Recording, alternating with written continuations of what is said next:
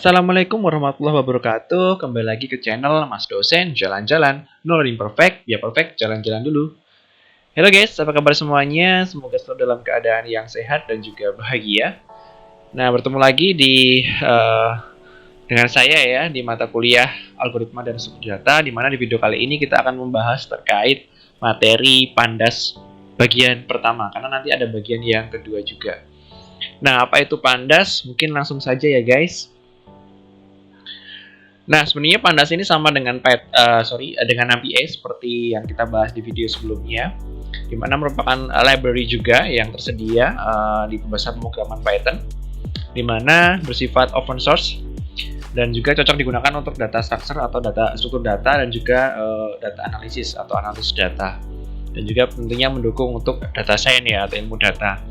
Nah, tentunya di sini Pandas sendiri memiliki banyak fungsionalitas untuk pengolahan data. Dan tidak hanya data angka seperti yang kita bahas di video sebelumnya dengan manfaatkan MPA. Jadi di sini Pandas kita juga bisa manfaatkan Pandas untuk data yang berupa teks gitu ya. Nah, cara penggunaan di bahasa pemrograman Python cukup dengan cara mengimport Pandas saja, yaitu seperti yang di bawah ini, import Pandas SPD. Tapi tentunya teman-teman harus menginstal dulu ya Pandasnya jika teman-teman belum menginstalnya. Kalau misalnya teman-teman menggunakan command prompt biasa, cukup dengan pip install Pandas. Nanti mungkin lebih jelasnya di bagian praktikum ya. Nah, di sini untuk Pandas data structure sendiri bisa support untuk satu dimensi yang disediakan fungsinya namanya PD series, dan juga support untuk dua dimensi data dengan disediakannya fungsi PD data frame. Mungkin kita lihat bedanya di sini, tentu saja terkait dimensi ya teman-teman. Kalau series itu digunakan untuk yang berdimensi satu. Seperti contoh di sini ada list seperti ini, misalnya grades atau nilai ya. 50, 90, 100, dan juga 45 misalnya.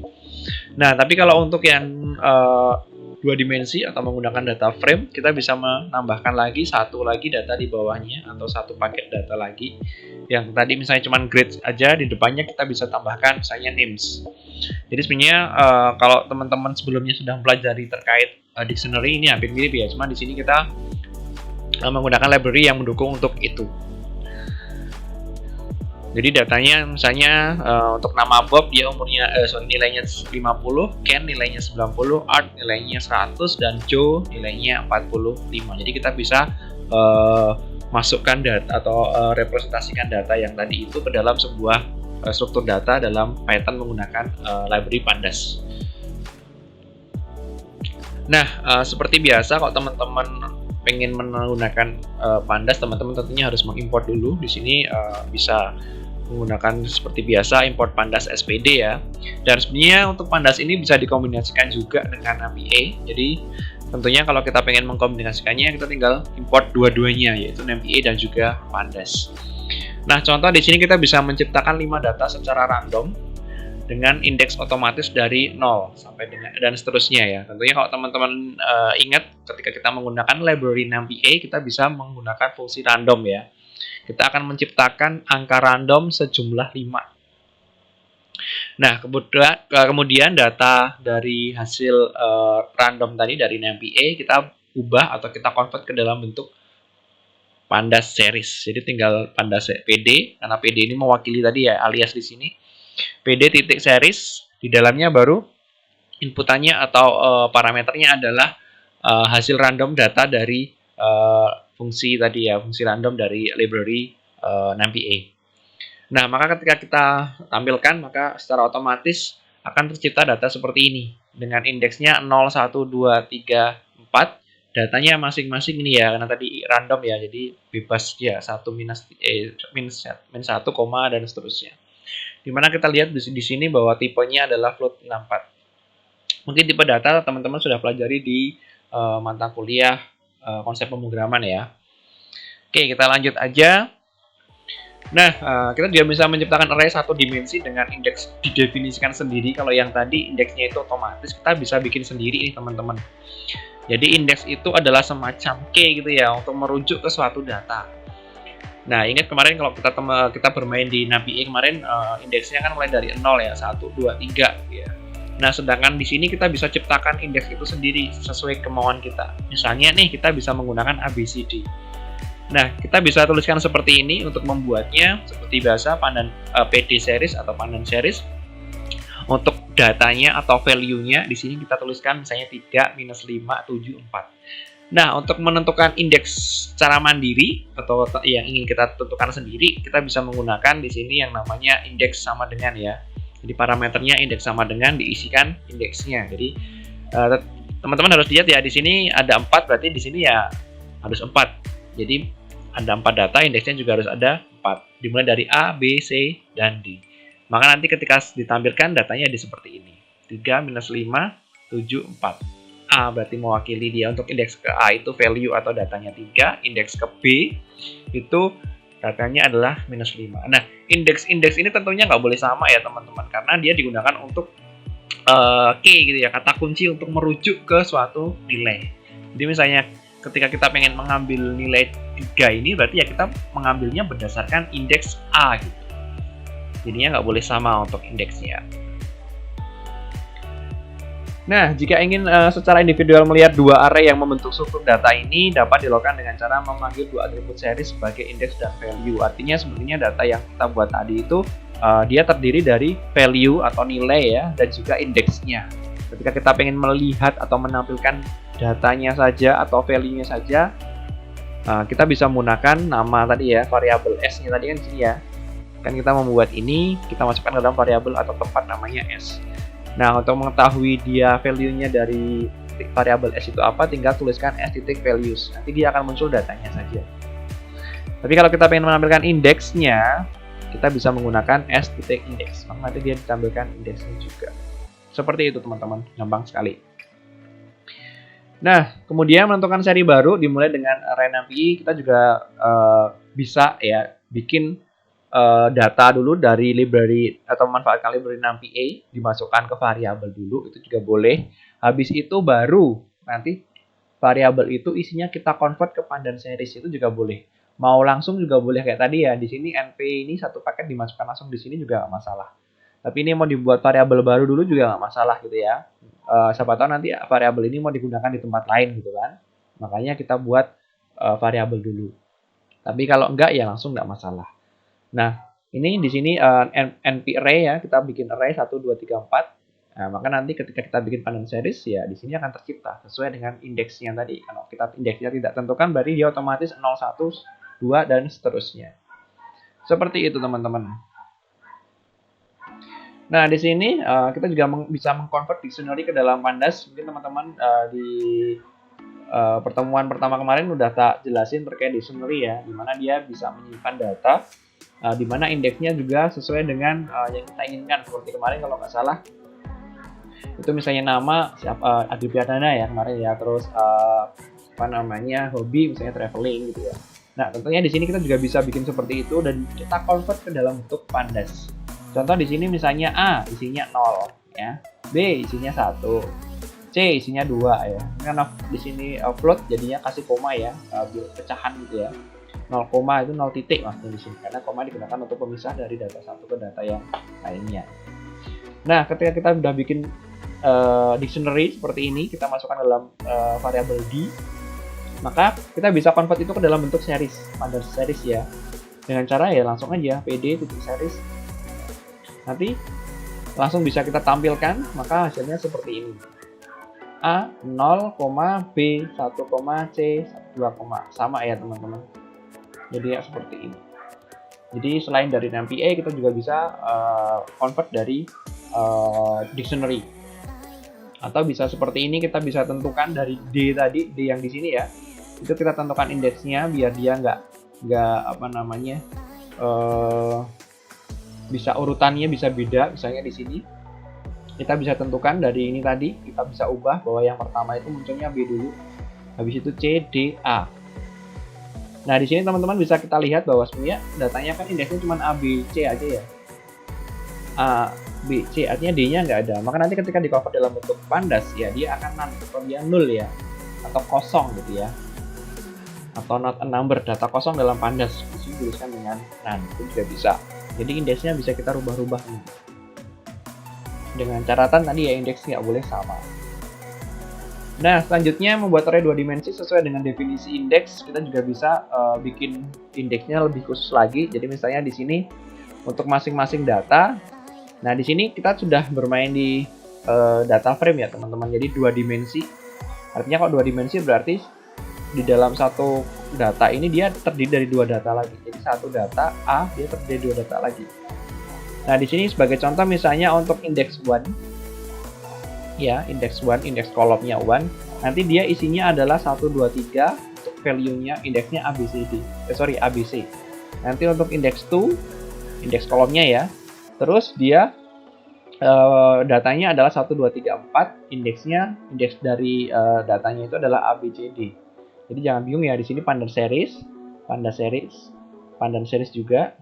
Pandas series, ini pandas series. Ingat terdiri dari value dan juga indeks. Nah, dari masing-masing ini, pandas series ini dia adalah merupakan suatu data dari data yang memiliki indeks. Kalau yang di sini berarti indeksnya 1, yang di sini data ini indeksnya 2. Maka nanti D ini kita ubah jadi data frame. Kalau yang tadi data series ya, pandas data series. Kalau yang ini adalah karena 2 dimensi dia pakainya data frame. Maka nanti ketika kita tampilkan jadi seperti ini. Kita lihat bahwa di sini ABC, yang di sini ABCD. Artinya berarti D untuk yang data 1 kan nggak sampai D ya, maka nanti dia secara otomatis diisi none. Kayak gitu teman-teman. Jadi teman-teman harus bisa memahami memposisikan data ya dalam sebuah data 2 dimensi itu seperti apa, kolomnya apa, misalnya barisnya nanti apa. Jadi harus sering-sering latihan. Nah, misalnya ini kita pengen menyimpan sebuah data dari contohnya di sini data tabel seperti ini, kita bisa representasikan itu dengan pandas ya. Atau kita buat struktur datanya untuk data yang seperti ini adalah bentuk pandas. Langsung saja nih teman-teman, misalnya nanti untuk kolom capital dia isinya Brussels, New Delhi, dan Brasilia. Berarti untuk indeks kolomnya country, Belgium, kalau di sini capital, di sini ya Brussels, New Delhi. Ini nanti urutannya tergantung sih. Dia tergantung ke, kalau secara default dia tergantung ke abjad. Jadi misalnya contoh di sini capital, country, populasi kan berarti CA sama CO kan duluan CA ya. Maka dia nanti akan depan CA-nya. Jadi urutannya secara default ketika kita buat data. Ini teman-teman bolak-balik pun nggak masalah. Nanti ketika teman-teman print, maka nanti dia akan sesuai dengan abjad. Tapi nanti bisa juga diurutkan berdasarkan urutan yang kita pengenkan. Nah, di sini country Belgium, India, Brasil. Ini country Belgium, India, Brasil. Capital tadi ada 3, populasinya ini ada 3 juga. Yang nggak boleh kebalik itu ya tadi misalnya Belgium kita tulis yang pertama, maka ketika populasinya yang ini ya harusnya di sini populasinya Belgium yang taruh pertama juga. Jangan nanti populasinya Belgium ditaruh kedua, itu jangan. Nah, ketika nanti data ini kita ubah ke data frame, kita print jadinya seperti ini. Jadi sama ya, sama saja. Jadi teman-teman nanti misalnya mengekstrak data dari website, terus data itu teman-teman ubah jadi pandas. Nah, di sini nanti kita bisa olah nih teman-teman, kita bisa manajemen datanya di sini kita olah misalnya untuk mencari negara dengan populasi tertinggi gitu misalnya, atau rata-rata populasi di dalam suatu negara misalnya, itu juga bisa. Jadi kita olah untuk menemukan atau mengekstrak informasi yang ada atau menyimpulkan informasi yang ada dari data yang kita dapatkan. Nah, selanjutnya dari pandas ini kita bisa melakukan selecting elemen ya. Seperti pada NumPy juga ada fungsi untuk selecting ya, mengambil datanya atau untuk menampilkan datanya. Nah, langsung aja. Yang pertama untuk pandas series. Nah, untuk memilih elemen secara individu dapat dilakukan seperti array NumPy biasa, yaitu dengan berdasarkan kunci atau indeksnya. Sebagai contoh di sini untuk data pandas series misalnya indeksnya kan di sini kita tentukan misalnya ini secara otomatis kita buat ya, kita tampilkan ya. Jadi untuk sharing saja, jadi di sini tidak saya tampilkan cara membuat untuk data seperti ini, maksudnya nggak saya buat kodenya di atas. Intinya ada data seperti ini ya, data seperti ini, indeksnya ABCD, datanya ini. Ketika kita pengen menampilkan data misalnya 7 nih, kita bisa menggunakan indeks secara default yaitu 012 yang tadi ya, sesuai urutan indeks biasanya. maka dimulai dari 0, 1, 2. Nah, data 7 ini ada di indeks kedua, 0, 1, 2. Maka kita tuliskan aja S2. Maka dalam kurung 2 ya, kurung siku ingat. Maka nanti akan muncul data 7. Atau kita bisa berdasarkan indeks yang ada di sini. Misalnya kita pengen menampilkan -5, dia ada di indeks B. Ya kita tuliskan aja indeks B. Ingat di sini kalau kita menggunakan indeks yang di sini berupa karakter, maka dituliskan di sini diapit dengan 2 petik. Diapit dengan petik ya, petiknya 1 aja seperti ini. Atau kita bisa memanfaatkan fungsi NumPy yang sebelumnya memanfaatkan indeks selecting seperti di NumPy sebelumnya, misalnya 0 sampai 2, berarti indeks 0 sampai 2, 0, 1, 2 kan sampai di sini ya, tapi di sini kan nggak dihitung karena dia sebelum di sini dia berhenti. Maka yang munculkan adalah AB aja, 3 sama -5. Atau bisa kita secara spesifik pengen menampilkan dari sebuah data array, misalnya B sama D aja, tapi ingat di sini ada kurung lagi karena kita pengen menampilkan dari data array ya. Yang kita tampilkan itu selectingnya itu berdasarkan parameternya itu berbentuk array. B sama D aja, B sama D aja, yaitu -5 sama 4, -5 sama 4, maka dia akan muncul datanya sesuai dengan yang kita select. Gampang ya teman-teman? Nah, untuk data frame kita juga bisa melakukan itu untuk kolom dan baris. Di sini Pandas menyediakan fungsi-fungsi untuk indexing dan juga selection. Nah, nanti kita akan coba satu-satu. Ada iLog, log, langsung kolomnya di sini ya. Select kolom, dia bentukan kolomnya. Untuk yang series, nanti untuk data frame kita bisa sing row. Ini langsung aja. Nah, di sini misalnya ada data seperti ini teman-teman. Ini Pandas data frame ya. Di sini ada indeks kolomnya sama indeks barisnya. Jadi misalnya red ini ballnya 0, pennya 1, pensilnya 2, papernya 3. Hanya sebatas data aja ya. Nah, misalnya kita pengen mengambil data paper aja nih. Paper sepaket ini. Ya kan? Berarti tinggal kita tentukan aja untuk kolomnya di sini paper. Nama kolomnya paper. Jadi langsung aja. Karena di sini variabelnya frame paper. Ya udah langsung aja. Jangan lupa pakai petik. Maka nanti dia akan menampilkan bagian kolom paper aja. Atau kita juga bisa langsung seperti ini. Frame 3 sama variabel frame 3-nya di sini ya, frame 3 titik paper. Hasilnya akan sama seperti ini. Jadi gampang sekali teman-teman. Ini nggak perlu tak jelasin ya, tadi udah saya. Karena dia untuk membuat data ini aja sih.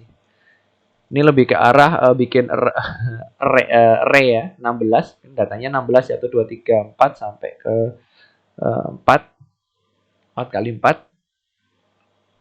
Terus dia di reshape jadi 4/4 ya kan, karena dia metriknya 4 kali 4 ya. Terus indeksnya dikasih red, blue, yellow untuk indeks yang di barisnya. Terus untuk kolomnya ball, pen, pensil, paper. Nanti dia akan jadi seperti ini.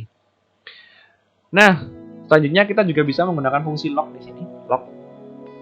Log itu berarti kita menggunakannya untuk yang baris ya teman-teman. Nah, di sini untuk yang baris kita bisa langsung merujuk ke rednya atau indeks barisnya atau indeks ya, secara defaultnya red. Maka nanti dia akan muncul yang di sini. Data red itu kan berarti ballnya 0, pen 1, pensil 2, paper 3. Sama aja di sini. Ball 0, pen 1, pensil 2, paper 3. Jadi langsung teman-teman. Atau kita bisa menggunakan fungsi ini berdasarkan indeksnya. Kalau yang ini kan berdasarkan indeks yang ada di sini. Kalau yang selanjutnya kita bisa menggunakan indeks defaultnya yaitu 012. Kan di sini secara default sebenarnya dia bisa kita representasikan bahwa dia indeksnya mulai dari 0, 1, 2, 3 gitu ya. Nah, misalnya kita pengen menampilkan yang red berarti dia ada di indeks ke 0. Nah, kita menggunakan iLog 0. Cara ingetnya gampang. Kalau log ini berarti kan ada kata i-nya ya. Berarti dia pakai indeks defaultnya di sini. Indeks yang ada di sini. Tapi kalau i kan indeks ya. Log, jadi dia menggunakan indeks defaultnya. Ini juga sama, kita juga bisa berdasarkan spesifik beberapa barisnya. Jadi misalnya pengen nampilin blue sama white saja, blue white, kita tambahkan array lagi di sini, array lagi blue sama white. Maka nanti dia akan menampilkan yang blue sama white. Atau bisa menggunakan karena blue sama white ini ada di indeks 0, 1, 2, 3, 1, 3. Muncul seperti ini. Ini juga kita bisa menggunakan urutan ya. Jadi mulai 0 sampai dengan 2, berarti sebelum 2. Berarti 0, 1 red sama blue muncul di sini. Atau kita misalnya dari 1 sampai sebelum 3 berarti blue yellow, ya kan? Blue yellow. Gampang banget teman-teman. Nah, di sini juga ketika kita pengen spesifik datanya berdasarkan kolom dan baris, ya kita langsung aja untuk log blue yang di sini, log blue, ya kan? Dia ngambil kolom yang pen aja. Pen aja berarti blue sama pen. Irisannya ada di 5 di sini. Maka akan muncul 5. Jadi untuk indeks barisnya itu blue, indeks kolomnya pen. Jadi blue sama pen ketemunya di sini. Atau mungkin juga bisa menggunakan indeks defaultnya 1 1. Di sini kita mulai dari 0 1 ya. Berarti ini pen itu 1. 0 1. Jadi blue ini 1. Jadi baris dulu ya. Jadi 1 yang di sini juga 1 yaitu 5. 1 1. Hasilnya sama. Nah, itu mungkin untuk yang Pandas part 1. Semoga nanti bisa dipahami teman-teman. Mungkin teman-teman juga akan mempraktekannya di praktikum dengan menggunakan modul yang sudah saya siapkan. Oke, mungkin itu untuk materi Pandas untuk part yang pertama ini.